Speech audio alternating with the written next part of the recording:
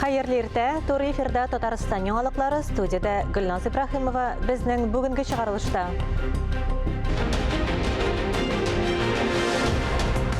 Boshqalabizda marşrutlar Kubeye, Qozonda Gorkiy shossesi yo'lining davomi tuzili.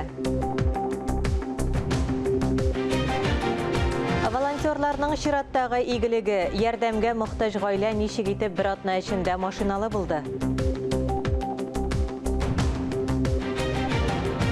Kamal teatrining yangi binosi nindi bo'lirga tegish, proyektlar әзерме Tataristonning madaniyat ministri ochiqlamasi.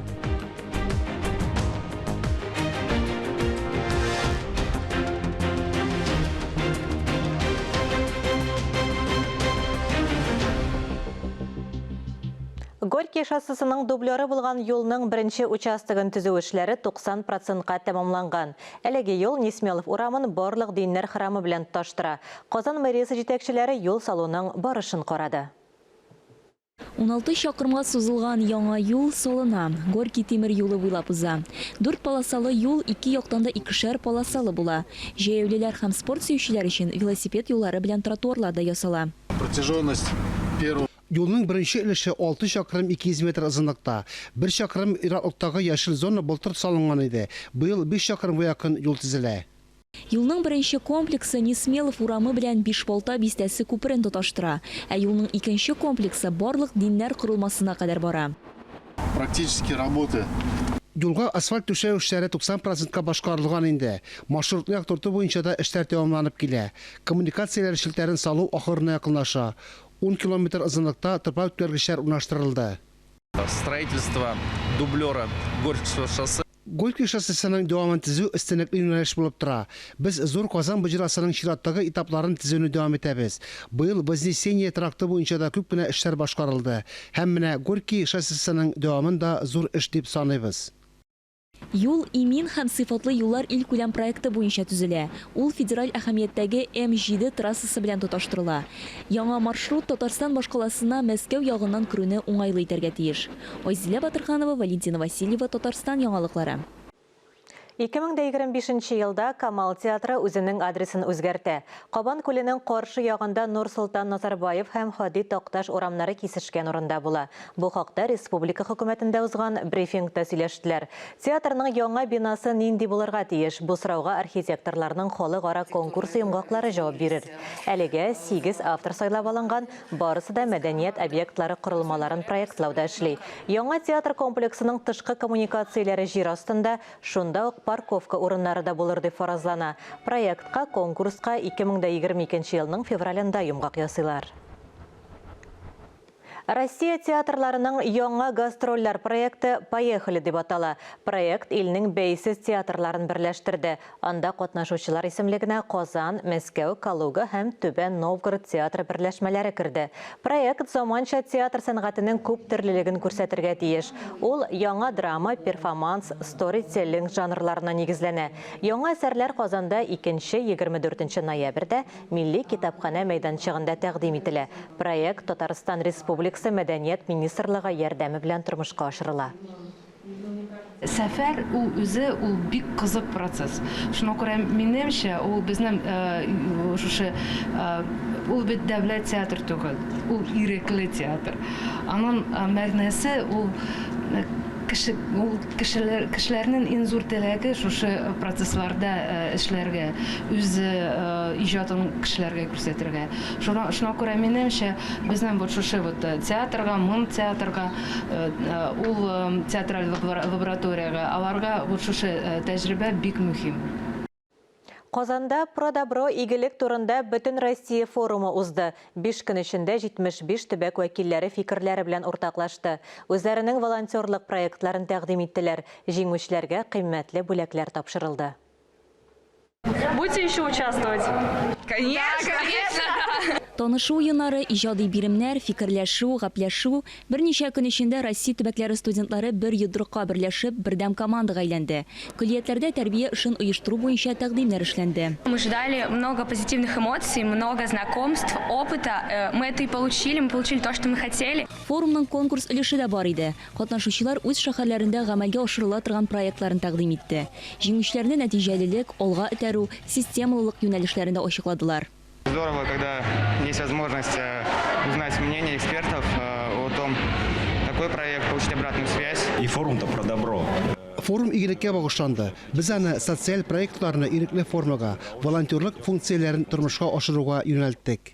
Форумның төп максаты һәр студентка үз фикерләре белән уртаклашырга мөмкинлек бирү.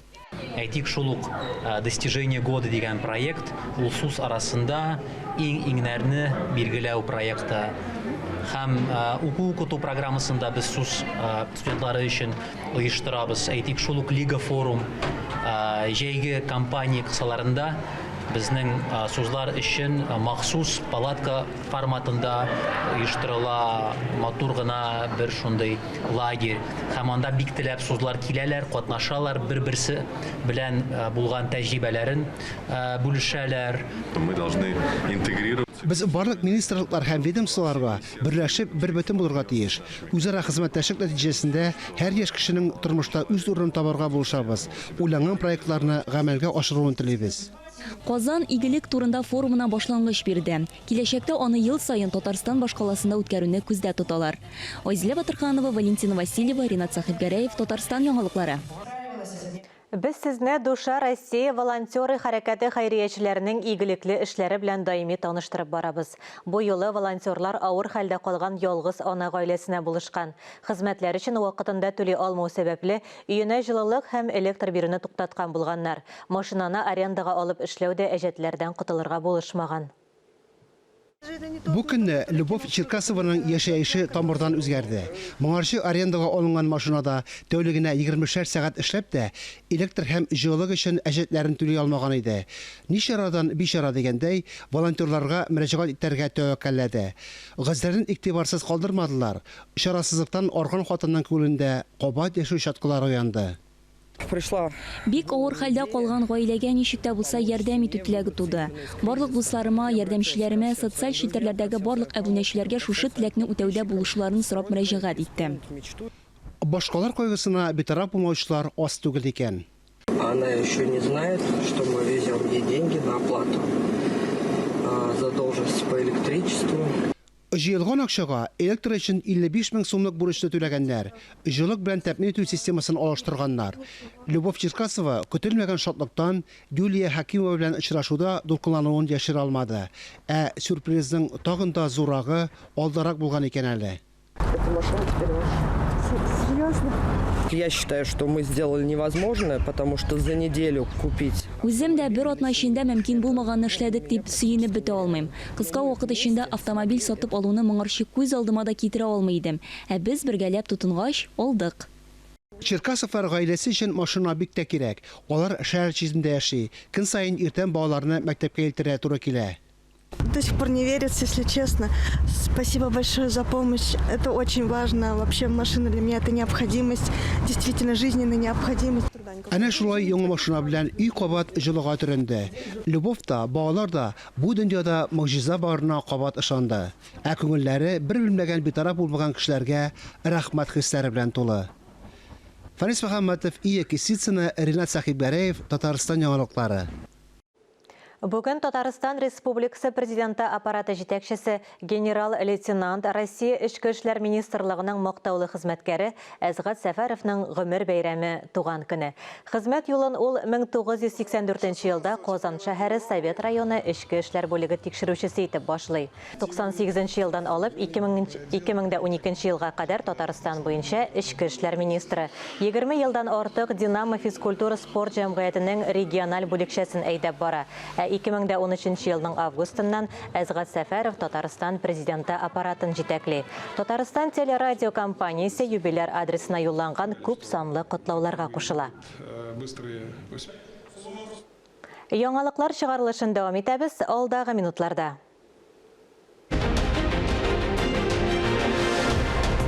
Тинчурин театры оркестрының баш режиссеры Ильяс Камал яңа проект башлады. Татарстанның халык шагыйре Ринат Харис Тәскирә Әхмәдуллинага премия тапшырды. 175-нче гимназиядән махсус репортаж.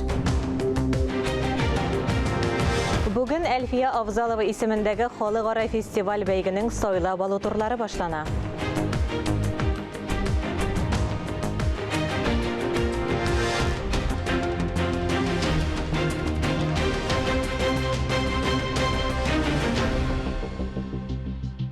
Каһарманлык ул сугыш кырында гына күренми. Тормышта һәр кемнең йөрәк батырлыгын күрсәтер өчен мөмкинлекләре бар дип исәпли Татарстанның халык шагыйре Ринат Харис. Шундый каһарманнарның берсе хакында тулырак алдагы язмада. 175-нче гимназиядә күренекле шәхесләр белән очрашулар электә оештырылган. Әмма монысы аеруча истәлекле тарихи вакыйга.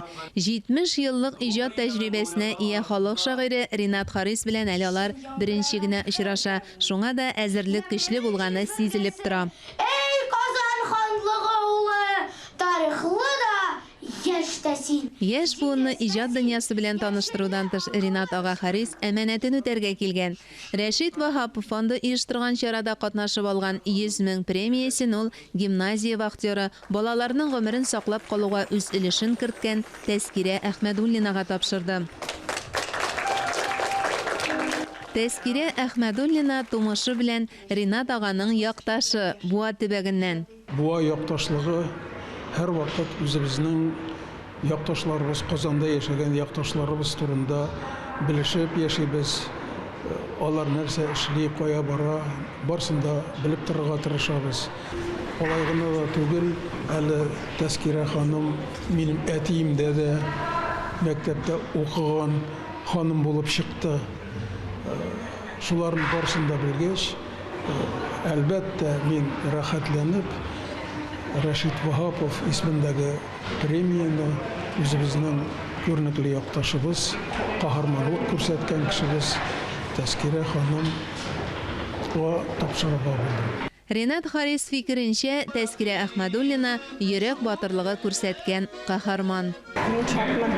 Безнең бу районда шундый зур дәрәҗәле кешебез шушы мәктәптә, шулай күңелле кичә үткәреп, зурлап, хөрмәт итеп, ярдәм иткән өчен бик зур рәхмәтемне әйтәсем килә.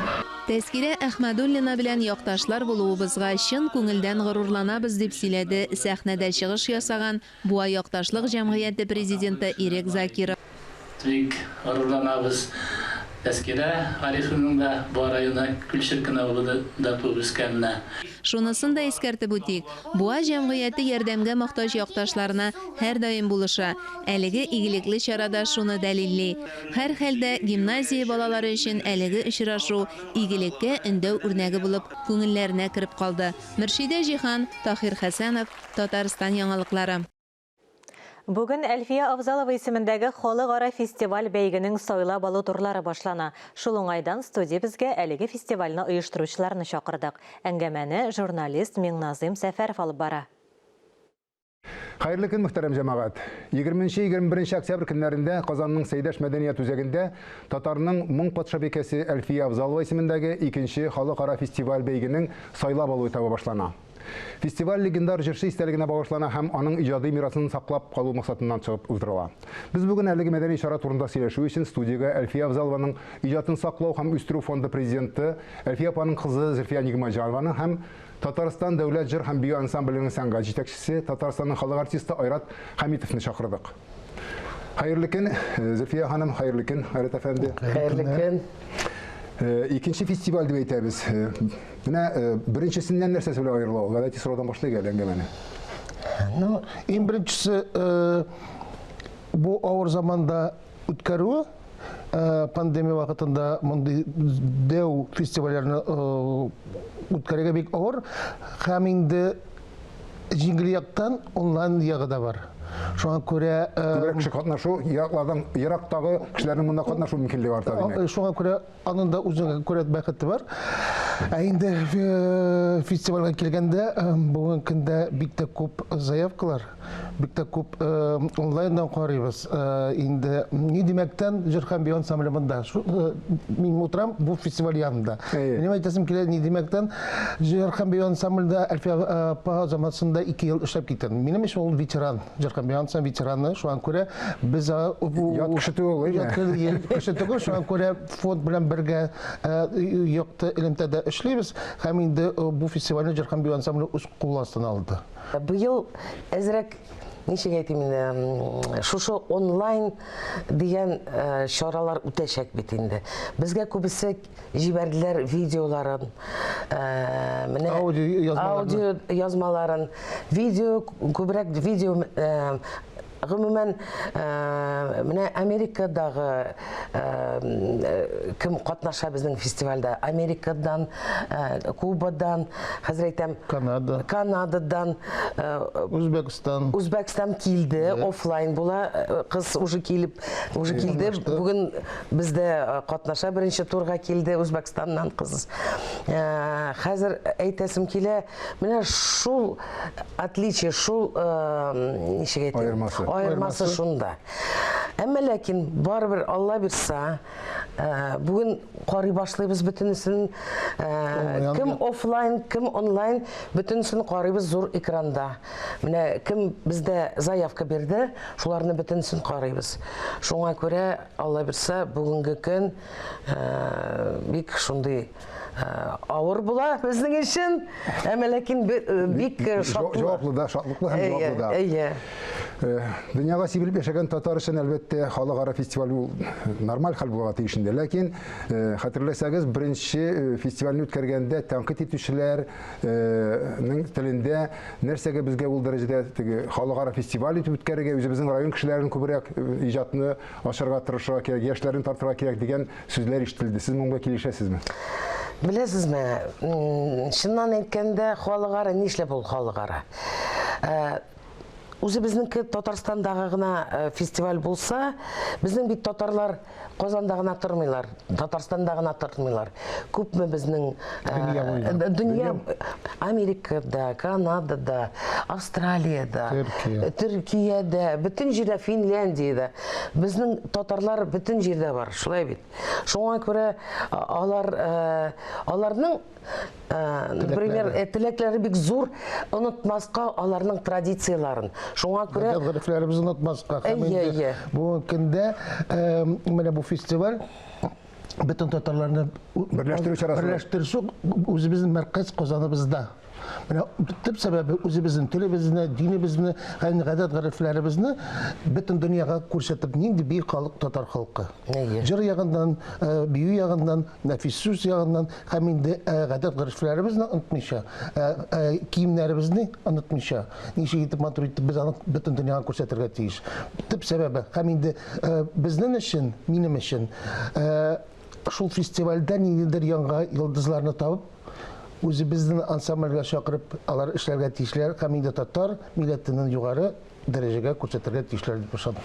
Менә беренче фестивальне үткәргәннән соң тагын бер тәнкыйть булды. Башка фестивальләр шикелле заманчалаштырып, татарның традицион көйләрен бозуга юл куелмасмы дигән шик белдерелгән иде. Бармы моң? Бармы яшьләр арасында менә шу Әлфия апаның традициясын дәвам итүче буын? Һәрбер буында да, һәрбер буында мын дигән сүз татар халкы булганда мын бетми. Әлфия апа үз чорында моңлы, хәзерге бу вакытта да моңлы җырчыларыбыз бар. Алар бит гомергә тыңлап үсеп, һәм инде үзләренә йөрәкләре аша шул моңны җиткезеп, бүгенге көндә алар инде оста җырчылар бар. Мон бер кайчанда әйтергә бит тел бетә, мәктәпләр ябыла. Мон булган вакытта тел дә бетмәс, мон да бетмәс. Иншалла. Бит бу фестиваль битте дә, алар аннан без таралыштык та алай түгел. Без бит алар белән мастер-класслар үткәрәбез. Аларны тагында өйрәтә башлыйбыз. Консерваториягә кемдер урнаша, кемдер исемнәр ала, һәм инде тур эшлибез. Теге елны без Мәскәүгә бардык. Мәскәүдә анда пандемия тагын башлады, тагы юл ябылды. Шуңа күрә планнар Америкага бардык кайттылар. Алып бардык, именно шул лауреатларны алып кайттылар. Беренче урыннарны алды, алар бөтенсе дә бардылар Америкага. Анда да беренче урынны алып кайттылар. Беренче фестивальдә никәт тәкъид булса, бу көндә безнең өчен әйбәт. Димәк, бит тараф түгел кеше. Тараф түгел. Без бит өйрәнәбез. Бөтен кеше дә гомерендә килеп өйрәнә алмый. Опыт кирәк бәрабәр. Шуңа күрә без бу фестивальне үсеш өчен кирәк. Кемдер фестивальләр бар, 20 ел үтә, 30 ел, аларның үзләре сукмаклары бар. Монда эш әйбер бар. Бию, вокал һәм нәфис сүз. Бу бөтенесе дә Әлфия апаның бригадасы заманында булган әйберләр. Шуңа күрә без аның рухында тотып, менә шул стилендә тотып, стиль димәк тә әйтеп киттегез, без аны бозарга тиеш түгел. Татар моңын ниндегенә форма синкетме, аны базып булмый. Аны бүгінгі темада да барып, яшьләр темасында да барып була. Һәм инде үзебезнең стандарт дибез инде классик нигезендә алып барсак та була. Шуңа күрә безнеке классик нигезендә алып барырга тиеш без бу фестивальне. Бу бәйгенең гала концерты турында да аерым әйтеп китсәк иде. 23 октябрьдә Алла берсе пирамида залында без бик матур гына чыгыш ясыйбыз. Ул безнең гала концерт үтәчәк. Бөтен кем беренче урыннарны ала, һәм инде лауреатлар бөтенесе дә шул залга килеп, матур итеп тамаша, концерт тамашасы шунда үткәрәбез. 22 октябрьдә Әлфия залының үзәгендә анда котлау минутлары булачак. Кем җиңде, бөтенесенә шунда чакырып, матур итеп үткәреп, чөнки вакытны концерт вакытында аларны бүләкләү, ул вакытны озакка китәчәк. Шуңа күрә аерым эшлибез. Салават безнең Салават Зәки әйтмешли, бездә бөтенесе дә бүгенге көндә инде җиңүчеләр. Рәхмәт студияга килүегез өчен. Рәхмәт. Юлдаш булсын. Бик зур рәхмәт. Сезгә рәхмәт. Кеше киткәннән соң да аның җыры кала дибез. Ләкин вакытлар үтү белән тыныкланмасын, онытылмасын өчен ул җыр һәр заманда да яңгыраудан туктамаска тиеш. Чөнки Әлфия апаның җырлары татарның моңга төрелгән бәгъре җаны ул. Исәнлектә күрешик. Әлеге сәгатькә шундый яңалыклар иде. Хөрмәтле телевизор караучылар, коронавирустан прививка сатырга онытмагыз, үзегезне һәм якыннарыгызны саклагыз. Ә без сезнең белән сау булашабыз. Берничә минуттан хәерле көн Татарстан тапшыруына кунак булып, ашсу остасы Резида Хөсәенова килә. Бездән аерылмагыз.